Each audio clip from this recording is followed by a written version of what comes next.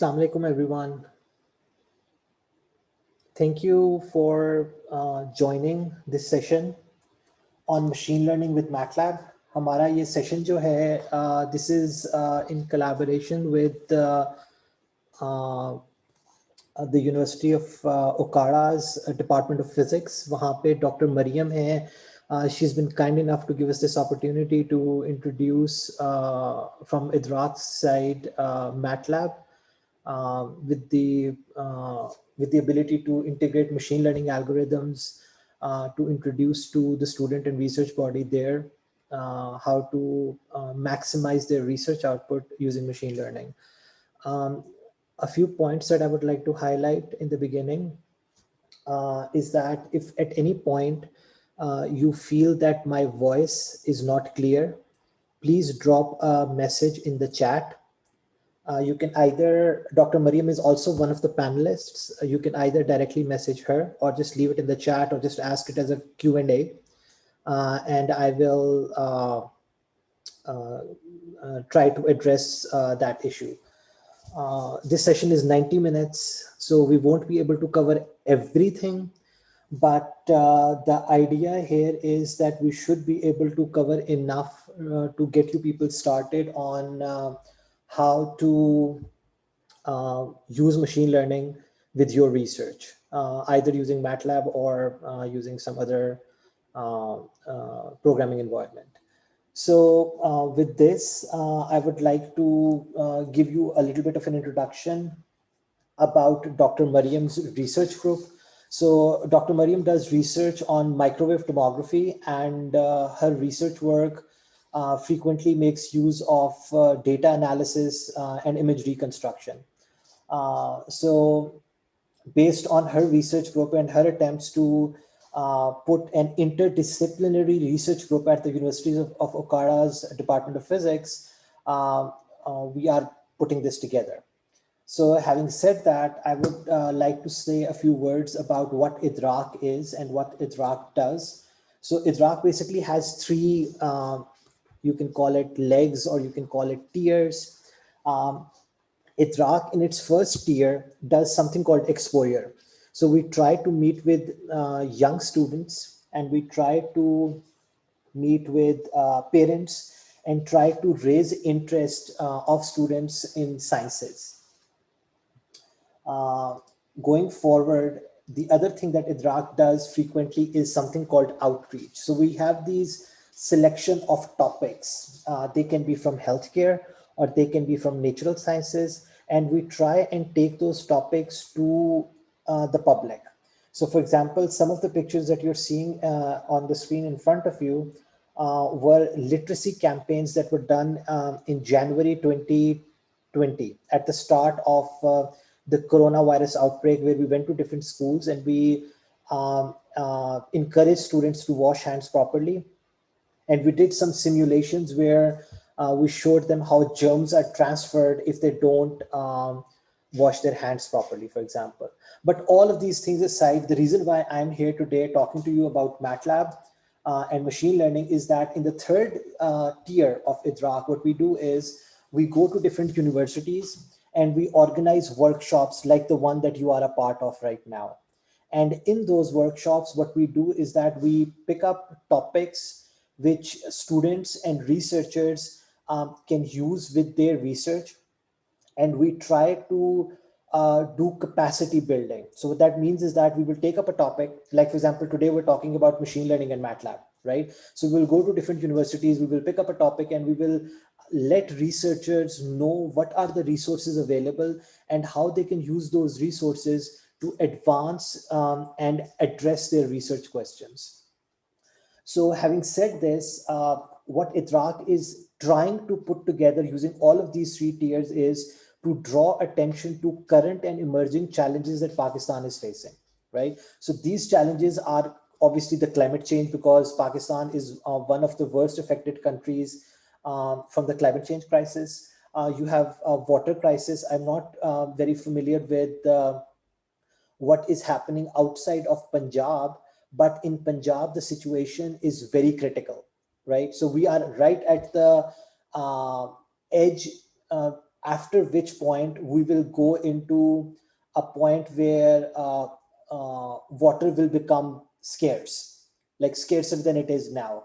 So this is something of a challenge. Then you have the public health challenges. So all of these three things put together are challenge areas where IDRACK is trying to bring in more people. So we're trying to say, hey, look, we have these problems in these areas, and we want students and researchers to pay attention to these problems, because academics is where solutions to these problems are going to start. The government, unfortunately, does not have enough resources to address these challenges, but the academic body is well placed using the publicly available funding to address these problems. Two of the areas that are of my interest are metagenomics and precision medicine, and I will be happy to talk about them. If somebody wants to, you can reach out. IDRACK is present both on Facebook and Twitter. If you are going to be tweeting about today's event on Twitter, uh, I would like to bring to your attention the handle for IDRACK on Twitter. Please make sure to give us enough publicity so that we can continue organizing events like this. So going forward, if uh, Dr. Mariam and the University of Okara generally consider that this event is a success, we will definitely be collaborating on more events and bringing those out to you. So having said that, some housekeeping. So this, the data set that we are going to use today using MATLAB to do machine learning is available on this web link, bit.ly/Okara MATLAB. So you can go to this and download a compressed file. And in that compressed file, you will find the MATLAB code that we will be using today. I can understand that the time availability is only for 90 minutes. It may not be sufficient to do all the things or to make sure that everybody is following along. So what is happening is that I'm putting this, so this webinar is currently both being recorded on my local computer and will become available later on YouTube. And currently it is being live streamed to IDRACK's Facebook channel, a Facebook page on Facebook, obviously. So the video will stay there even after this session is over, and you are more than welcome to go check it out, ask questions there, or you can ask questions right now in your in this session. You also should know that I'm obviously recording this so that I can make it available later on YouTube as well. If by any chance you are attending this webinar by sitting in one room, or you are together with friends who are not your immediate family, I would kindly request that you follow the SOPs that have been put in place. So wear a mask, maintain social distance, try not to touch things, and make sure that your hands are clean. And then if you're sharing your computer, for example, with other people, make sure that there is no residual matter on the keyboards, for example, when you're sharing. So try to maintain any kind of SOPs that you might have to if you are in a public gathering. And lastly, I would like to bring to your attention that MATLAB is a licensed software, so it should not be used without a license or without a proper license. But for now, what you can do is, if you don't have access to MATLAB, it is still okay. You will still learn a lot from this webinar, because the first half of this webinar is based on the theory part of machine learning. And the later half is where we implement those algorithms into like using MATLAB, right? So you can still learn from the first half. And in the second half, what you can do is you can just watch. The code will be available. So later on, when you have a proper licensed version of MATLAB, or if one is made available to you by your university, you can try out the code and play around with it, right? So just to reiterate, this session is only for 90 minutes. It is impossible to cover a feed as wide as you know, the entire machine learning and entire MATLAB. So what we're going to do is we're going to touch on a few basic things, right? So we will be covering the what and the why, which are basically just definitions of what machine learning is and why do you want to do it.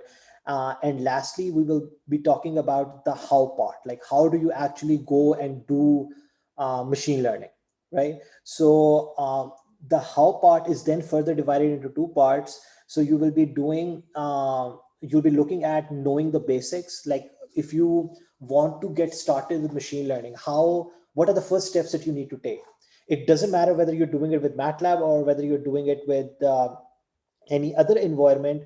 The basics will remain mostly the same, right? The second part of the how is the programming bit, which we'll be doing in MATLAB. But please take note that MATLAB is not mandatory to do machine learning. Machine learning can be implemented in any other language. It is just, at a fundamental level, machine learning is just statistics, right? So any software which allows you to do statistical handling of your data should be sufficient to do should be sufficient to do implement machine learning methods, right? So with that, we're gonna try and define what machine learning is and why do we actually use it, right? So machine learning is basically where you have a set of data and you use that set of data to teach the computer something, right?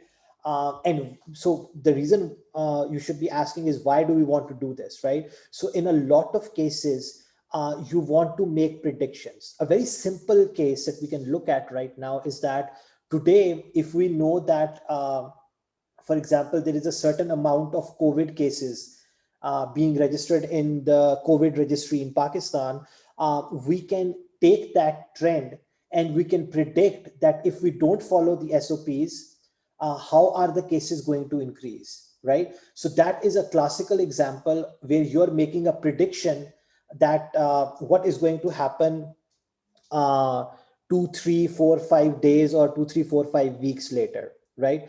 Similarly, this kind of a prediction can be for any kind of data, right? So you will notice that when I was defining both the what and the why components, data was like obviously machine learning cannot be done without data, right? So you need to have either real world data or simulated data where you run some kind of a simulation program and you generate data. Either way, data is required. Now, data can be in a few different types, right? So you can either have something called qualitative data, which can be like, and you can have quantitative data, right? So qualitative data is where you try and define what you could try and define something like it was great fun, or it was raining heavily today, or it was too sunny today, or I am very hungry. So all of these things are qualitative expressions of data, right? So you can also have something called quantitative data where you can try and say that I'm 80% hungry. That makes no sense. But like when you talk about discrete quantities or even continuous quantities, then you go into the domain of quantitative data. Now, for our purposes today, for machine learning, we will be using quantitative data to define a few things. And in the upcoming slides, I will explain that in a lot more detail, right? So if I were to just narrowly introduce the area of machine learning, what will happen is that I will divide it into three broad categories. The first category is supervised learning. The second category is unsupervised learning. And the third category is reinforced learning, right? So again, we are just limited to about 90 minutes, out of which I've already used 15 minutes. So we don't have enough time to cover all of these in detail. But what we're going to do is we're not going to talk about reinforced learning. Reinforced learning is an example where you teach a computer to do something, but the computer is learning as it is going along. An example of that is when you are trying to play chess against a computer. So when the computer starts playing chess, the computer is very bad at it. But over time, from trial and error, the computer learns and becomes better, right? So this is an example of reinforced learning. What we will be doing is we will be touching in some detail both supervised and unsupervised learning. So in supervised learning, you do something called classification and regression. And I will explain both of these in the next few slides, right? In unsupervised learning, you make predictions using clustering and other methods, but we're going to briefly touch on clustering only, right? So I'm going to define all of these three terms: classification, regression, and clustering in the upcoming slides.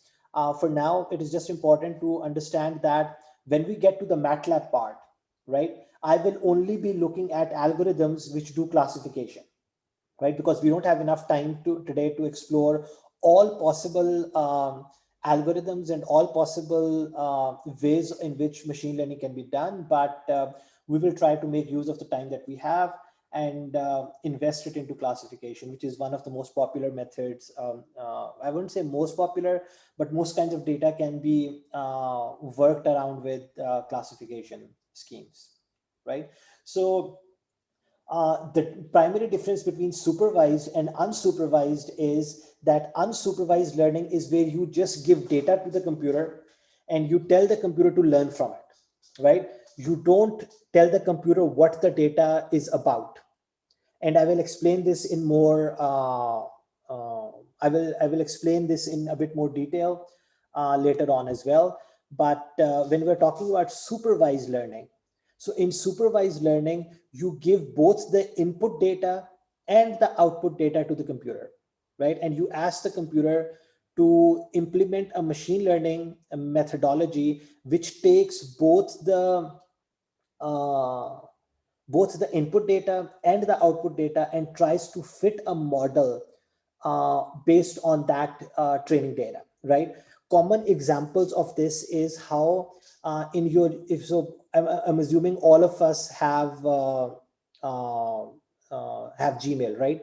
So when you have Gmail, when you get incoming emails, a lot of emails go into your inbox and a lot of emails go into your spam, right? So there is a model implemented by Google on the back end of your Gmail account, which looks at the incoming email and decides and classifies it, that is it going to go into spam or is it going to go into your inbox, right? So spam filters are one example of supervised learning where you're doing classification. Another example is that if you have Netflix accounts, what you can do is you can have a look through it, and Netflix actually recommends you movies based on what you have already seen.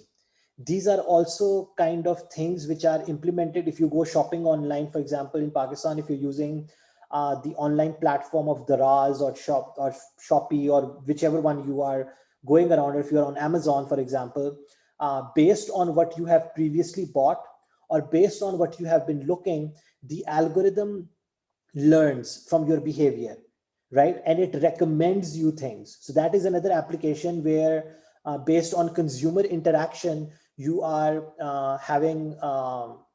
you're implementing machine learning methods, right? So without going into too much more detail of this, let's just jump into a prime example of, so we talked about how classification and regression are two ways in which we can use supervised learning to predict, right? So on the screen right now, you can see a graph, right? So on the graph, we have some data points which are represented using blue circles. And this data point, so you can imagine that on the x-axis is time, and on the y-axis is the number of COVID cases, for example, right? So what you're doing is that you go out into the field and you start collecting data. And over 20 days or 5 days or 30 days, you collect how many cases are being reported in all hospitals, right? And then you make a plot, and the plot looks like this, right? So regression can be broadly classified into two categories. You can either have linear regression or you can have non-linear, right? So in the example that you are looking at right now, that's linear regression, right? So when you are looking at linear regression, what is happening is that you take a line and you try to fit it to your data. So what do I mean by fitting a line to data? What that means is that using some objective measure, you will make a line that passes through your data in such a way that all the points are ideally away from that line, right? So for example, if I try to increase if I make this line more steeper or increase the gradient of this line, then some of the other points might be too far away. If I decrease the gradient, then some of other points might be too far away. So a best fit line is a mathematical way in which we can actually, do regression, right? So what is happening here is that you make this line of best fit. Now you can ask, why do we have to do this? The reason why we do this is, for example, once you have found out the trend of your data, what you can now do is make predictions, right? So for example, once you have fit a straight line, you can then increase the straight line, right? Beyond the data that you have collected. So the data that you collected was only in the white box, right? But now you will see that if you increase the trend, not increase the trend, more like you increase the line denoting the trend. Now, if you collected data only for 10 days, you can make predictions on what is going to happen on 11 day, 12 day, 13 day, 14 day, etc. Right? So this is a very low and a very simple example of how regression in machine learning can be used for prediction. Now, this is a diagram of a very simple model because I did not want to go into too much detail of this, but you can have a non-linear regression where instead of having a straight line, you can end up with a curve, right? But the objective of that curve would be the same, that you are trying to make predictions, right? So with that, we will stop discussing regression and we will move on to classification, right? So classification and regression, again, are two methods of supervised learning, right? Regression is more mathematically challenging, whereas in classification, what we do is that we try to classify things. For example, if you go out into the market, right, you already know from your prior experience which stores sell expensive stuffs and which stores sell you cheaper stuff. So this is a very classical example of how you have classified stores as being expensive and as being cheap. So two classes, right? So in this example, we are going to plot the data of age and the number of conditions. I mean, I'm assuming this is a very hypothetical example, but what you can think about is that as people grow old, they get more and more diseases, right? So if you are young and healthy, then I mean, this is again a hypothetical example. It is not grounded in reality. I'm just giving you this hypothetical example, right? So if you are young, you're healthy, and you have lesser number of diseases or ailments, right? If you grow old, then you have more number of ailments. So what you can do is you can take the data of the population and divide it broadly into two classes. You can divide it into the class of high risk, and you can divide it into the class of low risk, right? So why are we doing this? So the high risk label and the low risk label are labels that we have chosen to give to our data. It is not something that the computer decides on its own. We are calling high risk patients based on certain cutoff. And the cutoff in this case is the diagonal dotted line which separates the two classes of data. And for better visual representation, I have colored one as black triangles, which are high risk. And for better visual representation, the low risk ones are represented as blue dots or blue circles, right? So these are labels that I am giving. So what would the data look like? Once you start collecting this data, so one example of the data is shown here in the table, right? So you can have patient ID going from 1 to a million, for example. You can record their age. So some people, when they come to the hospital, they might be 86 years old. Some people, when they come to the hospital, they might be 5 years old, right? And each patient will have a different number of conditions. Some people have high cholesterol, diabetes, heart risk, arthritis. So then they have 4 conditions. Some people might just have an allergic reaction, to, for example, whatever, right? Well, in that case, it might still be high risk. But again, I'm giving you hypothetical examples, right? So you might have some patients which have only one condition, and you might have some patients which have a lot of conditions, right? So based on those conditions, you can make a table like this. And based on your classification boundary, which is also called the decision boundary, which is shown here in the red dotted line, you can see whether the patient is in the top half.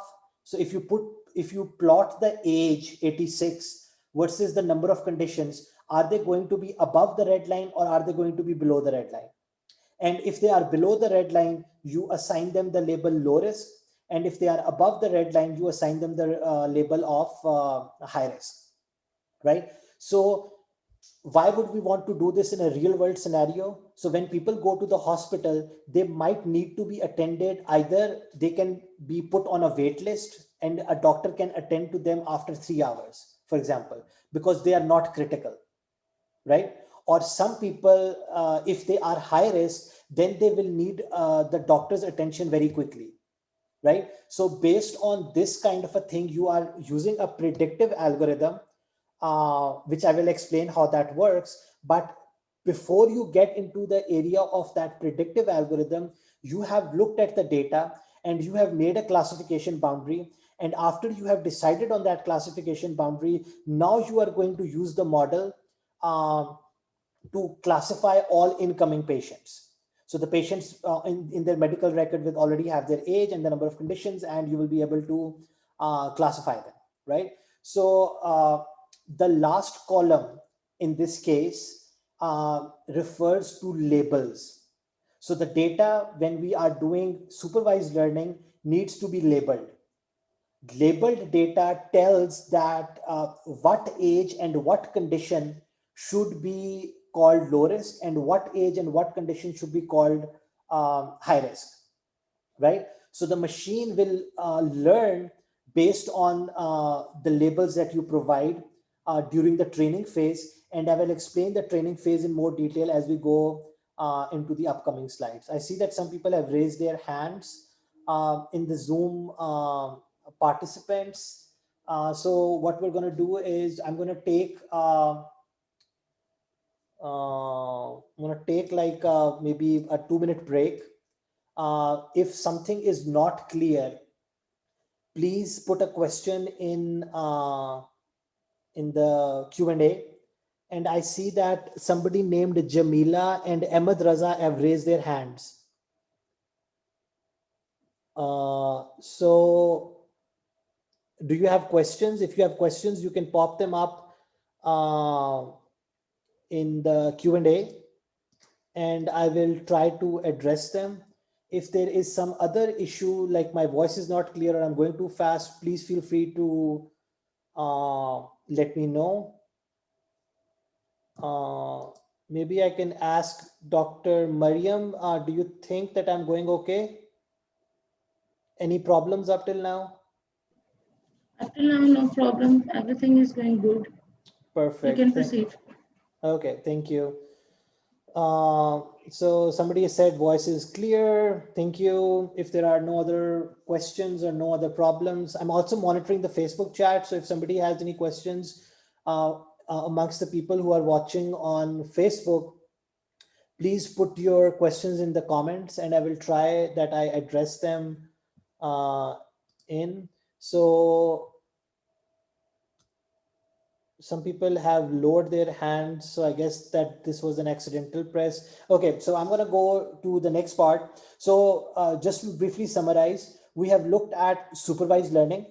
We have looked at the two types of supervised learning. We have seen that you have regression, where you try to fit a curve or a line to the data and use that for predictions. And in the other case, you decide on a decision boundary.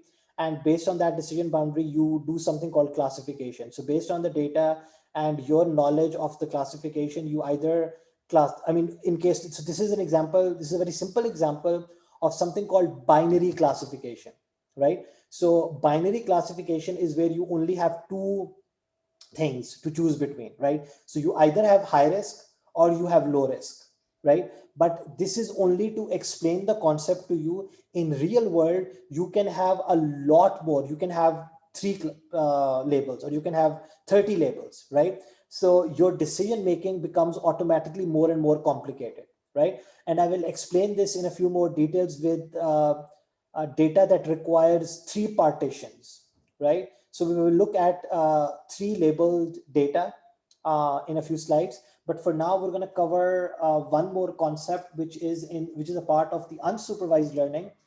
So in unsupervised, so previously, when we were talking about supervised learning, I told you that you come up with labels. You know that patients are high risk if they are old, and if they have many diseases or ailments, or if they have many conditions, right? So labeling them as high risk is something that you have done. The computer hasn't done that, right? And how do you label that? You do that from empirical knowledge that you have accumulated as a doctor, for example, by looking at patients for 30 years.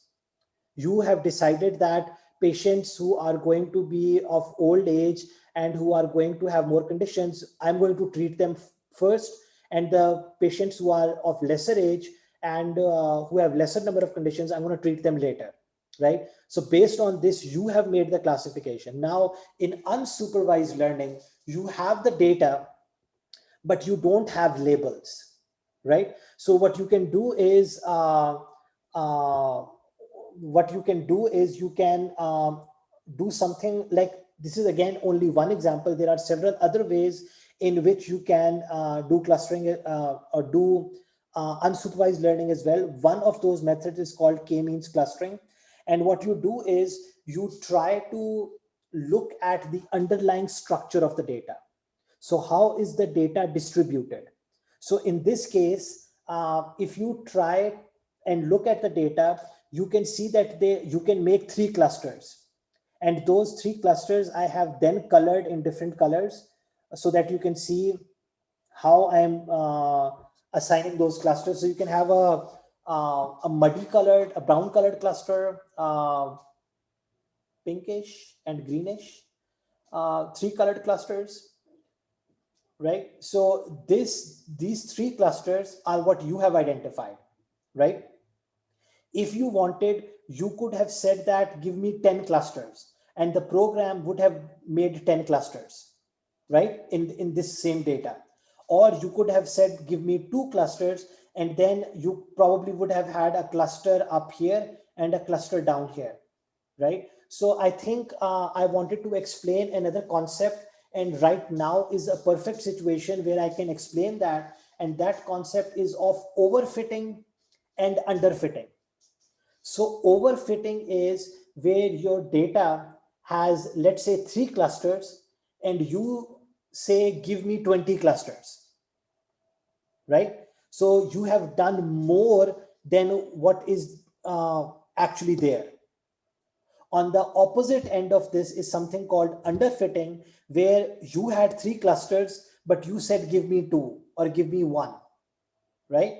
So when you are doing machine learning and when you are using clustering, you have to be aware of what the data is, how does the data look like, and what is the ideal number of clusters that you should be able to identify. And you do get a certain sense of this by exploring the data using different methods. We're going to cover only one or two of those today, but the statistics is full of those exploratory methods where you can explore data and see how many clusters can ideally be made in that kind of data, right? So with that, I will come to a confusing concept. We talked about classification as being a part of supervised learning, and we talked about clustering as a part of unsupervised learning. So a lot of students, when they are starting out with machine learning, tend to get confused because at the end of the day, both of these methods are giving you the same kind of results, right? So in both cases, the graph has the same data, right? In one case, you're making a classification boundary. In the other case, you have asked your machine learning model to give you two clusters, right? So in both cases, the answer is the same. But remember that when you are looking at classification, your data is labeled. You already know that these diamonds, gray colored diamonds, are different from these red colored spheres, because in your data you have labels like previously I showed you low risk and high risk. Based on that, you already know that which one is going to end up where. In clustering, you have unlabeled data, right? So in unlabeled data, sometimes what might happen is that this diamond might end up with the circles, or this circle might have ended up with the diamonds, right? But in that case, you won't know which one is diamond and which one is a circle, because your data is not labeled. If your data is labeled, then you probably will not use clustering anyway. You will go with the classification scheme, right? So again, let me reiterate this, that the difference between classification and clustering uh, is to somehow be able to learn from the data. So in classification, your data is labeled, so you're able to make a classification boundary and you're able to split the data. In clustering, you have unlabeled data, and we will look at some examples from the field of botany, for example, and from the field of material sciences, of what the data looks like and how do we apply machine learning methods to it, right? But bear with me, I need to go through some other theoretical elements first before I actually show you the running code and some examples of how you can use machine learning with your kind of data, right? So I hope the concept of classification and clustering has become a little clear. So the next thing that I want to talk about is something called decision boundary, right? But before I do that, I'm going to take a 1 minute break. If anybody has any questions, or if my voice broke up, or if you want me to repeat something, I don't think I have time to repeat, but I will see, depending on what you want me to repeat, I might be able to repeat it. Please ask questions in the Q&A. If you have no questions, just drop a message in the chat that everything is okay and everything is clear. If you're attending on Facebook, just put a message there that you have no questions. If you're attending on Zoom, just say that you have no questions, and you have about 1 minute to do this before I move on. So Dr. Mariam, is everything clear? मेरी आवाज सही आती रही है? Or did I break up? जी सब कुछ clear है, सब कुछ Perfect. क्लियर है। ये मिस जमीला ने हैंड रेज किया हुआ, if she has some question please No, ask. I think I asked her before as बाकी well, सब and she did not reply. So I guess that she did it by mistake. I'm going to lower her hand. Yeah. So I guess people don't have any questions. So we're going to look at decision boundaries now, right? So decision boundary is a concept which is very important, and everybody who's using machine learning, at least because in today's example, we are looking at classification schemes, right? So in classification schemes,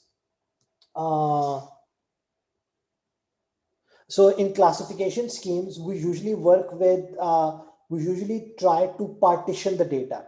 So what do I mean by partition? You try to create a boundary which, so before that boundary is one kind of data, as I showed you before in the earlier graphs as well. And above the boundary is a different kind of data, right? So to illustrate this example better, I'm going to use a color palette.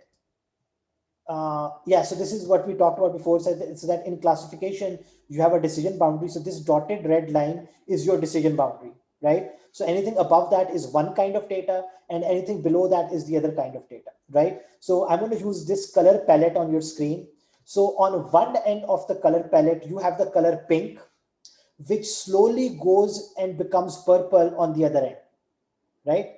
So the question that you are asking is that, what should my decision boundary be in this case? So objects that are colored pink can be correctly classified as pink colored, and objects that are purple colored can be properly classified as purple colored, right? So the decision boundary, you can either put it at the top, right? Now, when you put it at the top, to understand what has happened, I want you to look at the graph on the right hand side of the screen. We are going to take the boundary from the middle and we are going to shift it up. So when your decision boundary shifts upwards, what is happening now is that some of the black triangles are going to get incorrectly classified as blue dots, right?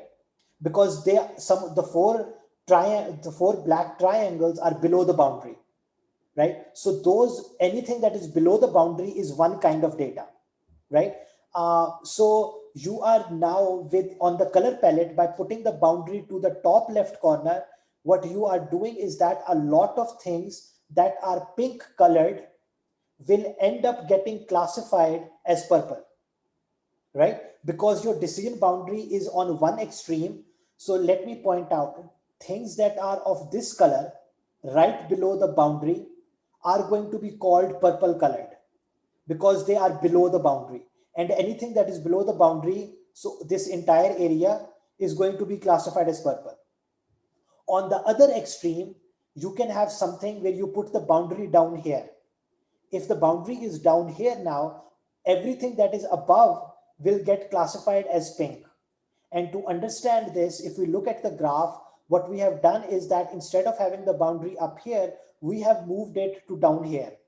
So now what will happen is that a lot of the blue dots, which are above the decision boundary, will get classified as black triangles, right? Or be classified as high risk, right? So what you have to do is, by exploring data, you have to find out what is the ideal place in which most of the purple things will be called purple and most of the pink things will be called pink.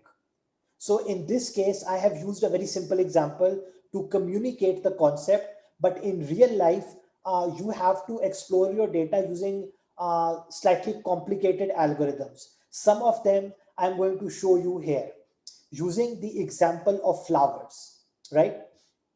Now, so the first thing that we want to do is we want to design a data set by looking at these flowers, right? So the task can be, how do I look at the image of a flower, or how do I look at a flower, and how do I find out which species does the flower belong to, right? So to do this, what we will do is we will look at two properties of a flower.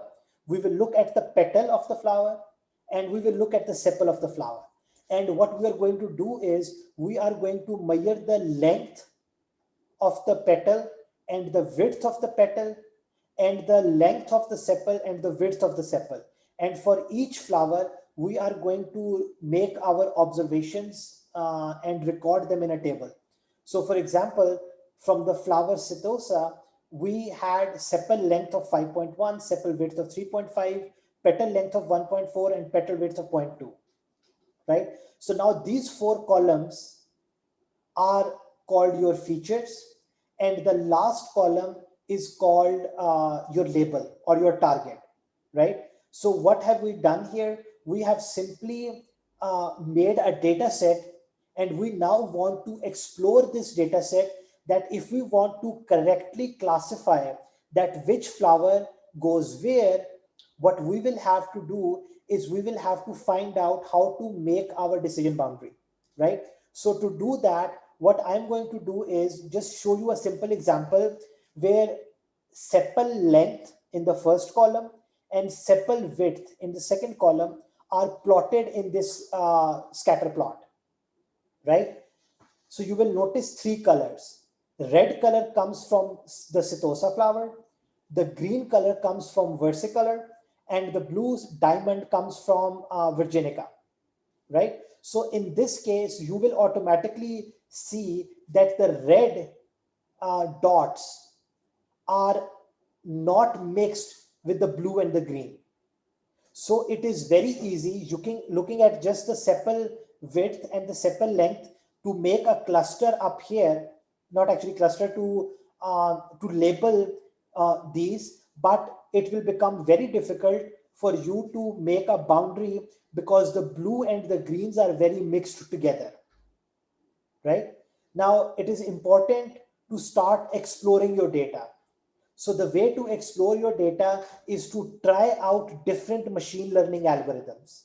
Here, I have shown you an example of 4 different algorithms.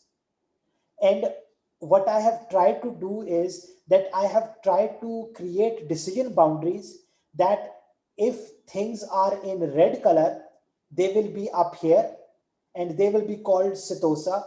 Things that are in the blue will be called virginica, and things that are in the green zone will be called versicolor. But you will see that all 4 of these algorithms perform differently. And remember, I am only showing you 4 examples. In reality, there are a lot of other algorithms out there, and you should try to explore your data as much as possible and try to develop an understanding of it, right? So in this particular case, what you will notice is that because red is completely separated, all the algorithms do a very good job of finding the boundary for the red, and it is the same, right? But the problem comes in when the blue and the green are mixed together, right? So in this case, each of the 4 algorithms creates a very different boundary between the blue and the green, right? So what this means is, like, if I bring your attention to this area at the point 6, 3, in the first algorithm, it falls in green.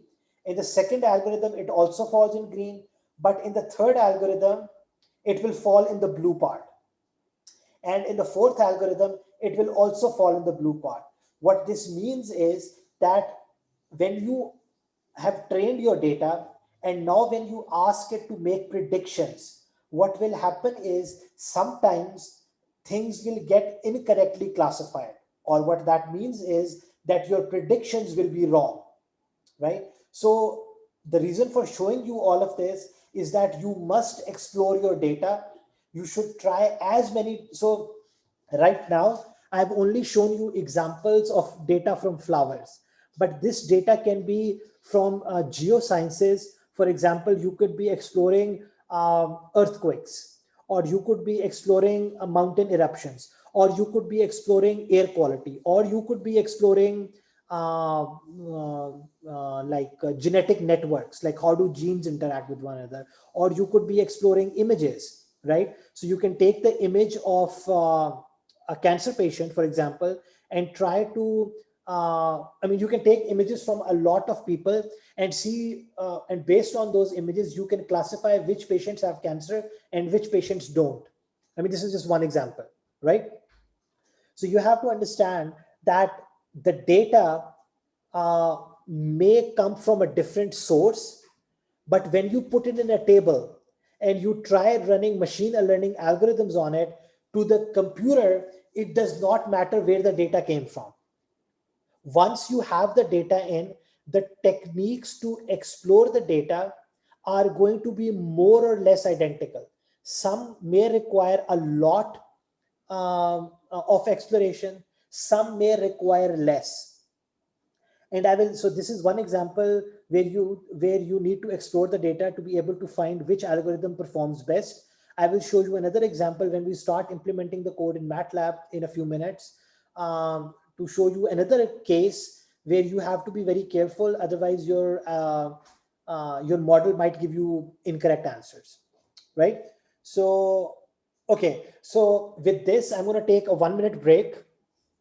I'm going to look at the chat. If nobody has any questions, just put it in the chat that no questions. If you're watching on Facebook, put it on Facebook that you have no questions, if everything is clear. If you have questions, put it in the questions. So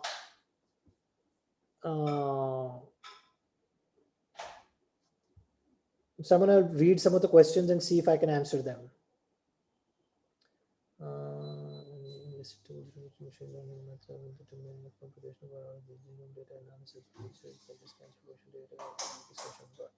So I got a question from Muhammad Mazhar, and he's asking that, are there any tools which can be used in computational biology to look at genome data for genome data analysis.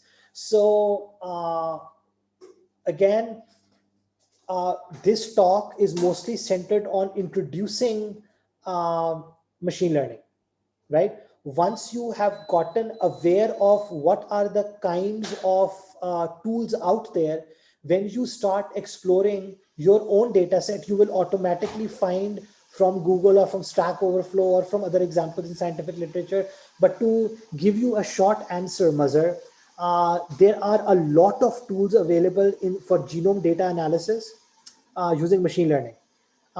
Unfortunately, in this session, I won't be able to go into too much detail because it will take us away from material sciences and the examples that I have. But you can stay behind after this webinar is over, and we can have a discussion around what are the kinds of tools that you can use for genome data analysis. So does anybody else have any other questions regarding what I've just taught? You're all welcome to stay behind, and I will be happy to have a discussion with as many people. But for now, any questions from what I've just taught? If there are no questions, sorry? Zahid Kapoor raised the hand. Yes, so Zahid, did you raise your hand accidentally or did you have a question? I'm going to allow Zahid to talk so that he can ask his question directly. Zahid, you can unmute your mic and ask your question now.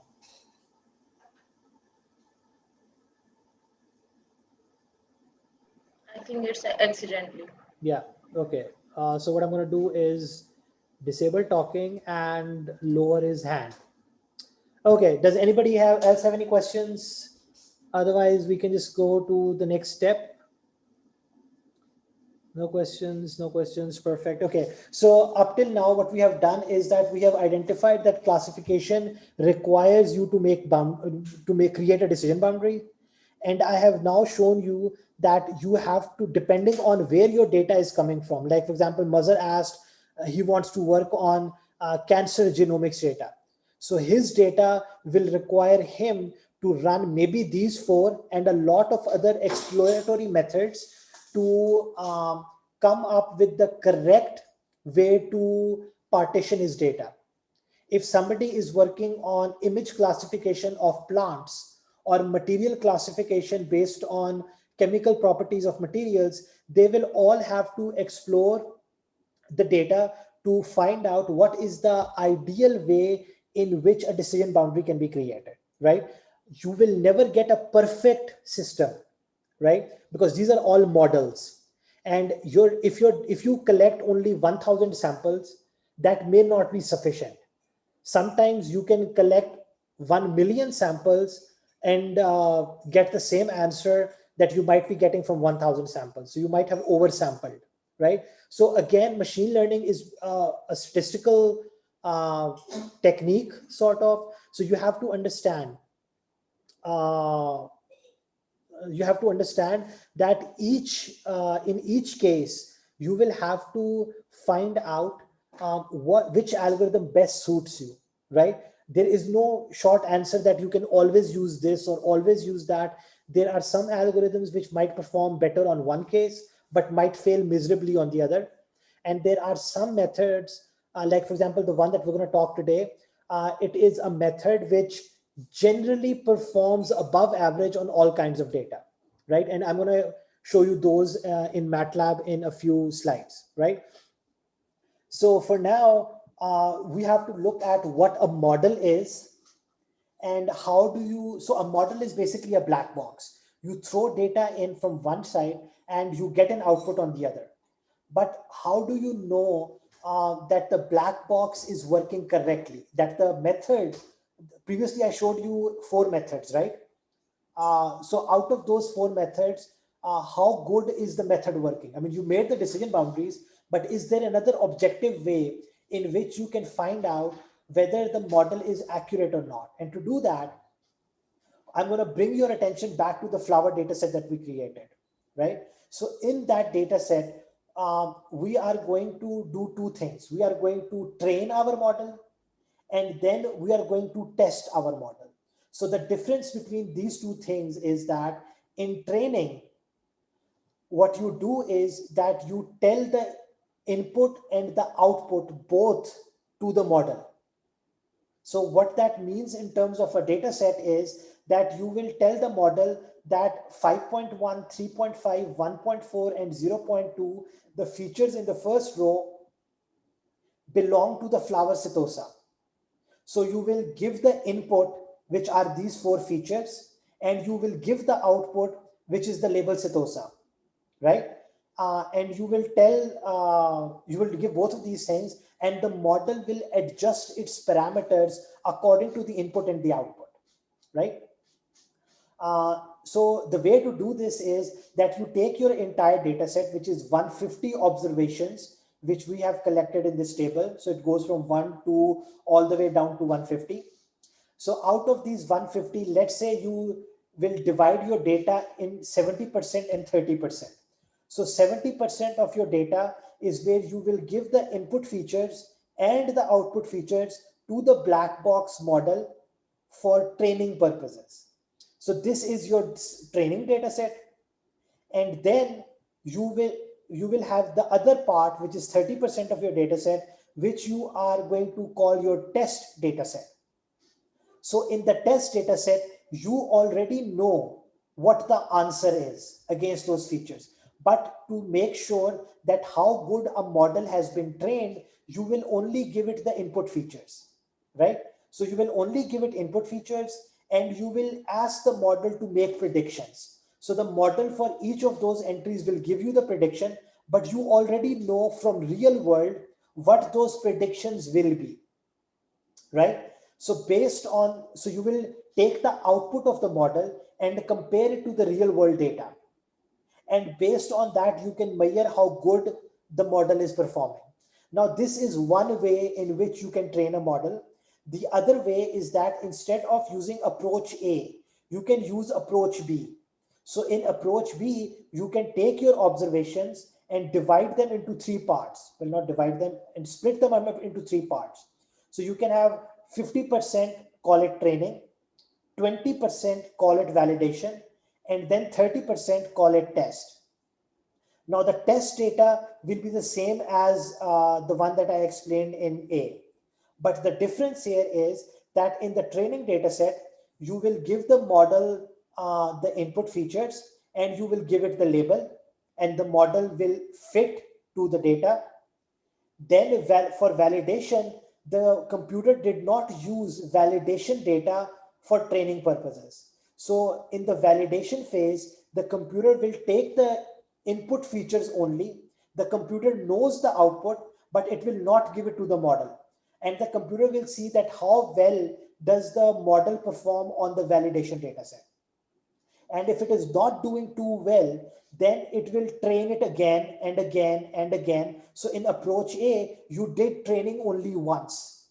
But in approach B, using the validation dataset, you can do training as many times.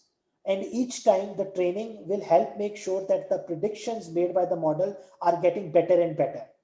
So this validation is used to tune something called hyperparameters. Right? We're not going to go into the details of that too much. I want to explain something now, that when you are splitting your data right here in approach A, I have showed you that the first 70% is called training and the remainder 30% is called test. But in real life, that is not how splitting is done. It is done randomly. So what you will do is you will take your original data set. If the original data set comprises 100 observations and you want to keep 70% of the data as training, then you will select 70 rows at random. They will not be in one go, like I've shown you here. This diagram is only for explaining the concept. In real life, and I will show you in the MATLAB code how this is going to be done. So you are going to select random rows, 70 random rows, and call them your training data. And the remaining 30% random rows are going to go into the testing data, right? So this is how it's going to be performed in real life. Now, what is going to happen is that once you have made predictions, and if you are looking at classifying between low risk and high risk, which is a binary classification, then what is happening is that your actual data might be 1, but your prediction might also be 1. Your actual data might be 0 and the prediction is 0. So in both of these two cases, the actual and the prediction match. So the model is doing very well. But in the last two cases, your actual is 1 and your prediction is 0, or your actual is 0 and the prediction is 1. So the model is, in the last two rows, the model is not doing so well, right? So how do you measure something called accuracy of the model? So based on the 4 results that I just showed you, you will fill this matrix. So a lot of people will know, who have studied statistics, that there is something called true positive, true negative, and false negative and false positive, right? So if we look at this, this is a true positive result, right? So you actually had a positive result and your prediction is positive. But in the second column, you have a negative and your answer is also negative. So the first 2 rows will go here and here, and the last 2 rows will go in the false negative and false positive sets, right? So now what you can do is that you can take, you can measure how accurate your model is by calculating this term. You will take TP, TN and divide it by these 4 entries and you will get accuracy, right? To give you an example, let's go back to the example of your emails inbox, right? So something is a spam in real life and your filter is good and it puts it in the spam 45 times, right? Sometimes it is spam, but the prediction is that it is not spam. This happens 20 times. I'm giving you a hypothetical example, right? And in real life, something is not spam, but you predict it to be spam. This happens 5 times. And sometimes it is not spam and the prediction is not spam. So this happens 30 times. So this email model, how accurate is it? What you will do is you will take the true positive and the true negative number. So 45 plus 35, which will give you 75. And you will take the total things that have been classified. So 45 plus 20 plus 5 plus 30, which is 100. And then divide 75 by 100. And you will get a number, let's say 75, right? Or 0.75 or 75, right? So 75% is the accuracy of your model, right? So in this case, your email filtering model is 75% accurate, right? So this is how, when we are actually implementing this in MATLAB, which I'm just going to show you now, how do we measure the accuracy on that? So we're going to look at that right now.